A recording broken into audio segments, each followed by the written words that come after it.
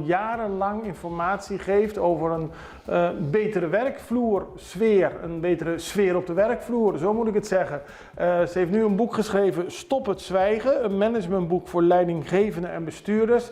En het gaat erover dat werknemers de mogelijkheid moeten hebben om zaken die niet goed gaan binnen het bedrijf aan te kaarten. Hoe doen ze dat? Hoe kun je als werkgever ervoor zorgen dat er sprake is van een sfeer waarbij iedereen zich thuis voelt? Daarover gaat het boek en Karin Bosman legt dat in dit interview nog even zelf uit. Het boek gaat over wat je als organisatie kan doen om ervoor te zorgen dat mensen eigenlijk gewoon het gesprek durven te voeren over gedrag. Ja. Want dat gebeurt niet altijd. Mensen zijn er toch angstig voor. Ja. Het is altijd moeilijk, zien we in bedrijven, om ervoor te zorgen dat je een open cultuur hebt waarbinnen mensen zich veilig genoeg voelen om het gesprek aan te gaan over situaties die ze niet prettig vinden of waar ze zich zorgen over maken. En hoe kun je nou zorgen dat je dat zwijgen doorbreekt bij je mensen? Daar hebben wij een boek over geschreven. Dat is heel erg benaderd vanuit de theorie, maar ook vanuit de praktijk. Dus er worden heel veel mooie praktijkvoorbeelden gegeven waar andere bedrijven weer iets aan kunnen hebben.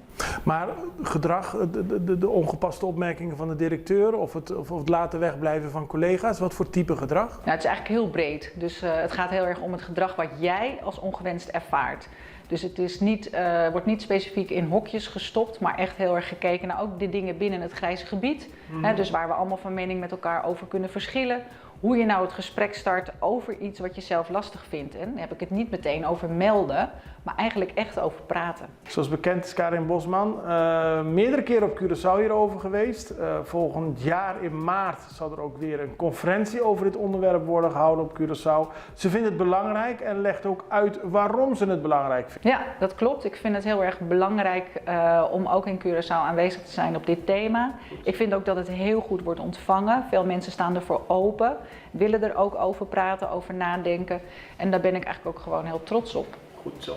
Ja. En het wordt eerder op Curaçao aangeboden dan in Nederland. Ja, dat klopt.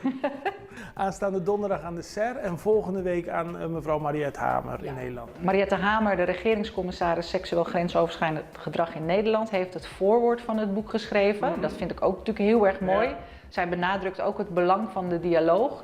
En het boek gaan wij op dinsdag volgende week aan haar overhandigen en aanstaande donderdag hier in Curaçao aan de SER. Goed zo, maar dan hebben we nog een hele mooie verrassing voor alle kijkers, want 25 boeken stel jij beschikbaar voor degenen die daar interesse in hebben.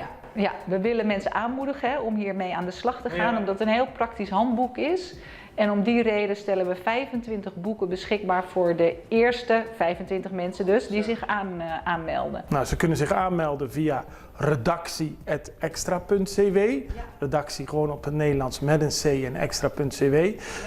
En het is eigenlijk de achterliggende gedachte dat zo'n boek in elk bedrijf beschikbaar moet zijn, dat mensen het kunnen bekijken. Ja, het is gewoon een heel handzaam boek, een manual eigenlijk, waarin je dus hele mooie voorbeelden vindt, waarmee je direct aan de slag kan. Hè? Dus niet moeilijke, diepgaande theorieën. Nee, wat kan ik nu, vandaag doen om het beter te krijgen? Nou, u hoort het. U kunt kans maken op een gratis boek, Stop het zwijgen. Het is een aanrader.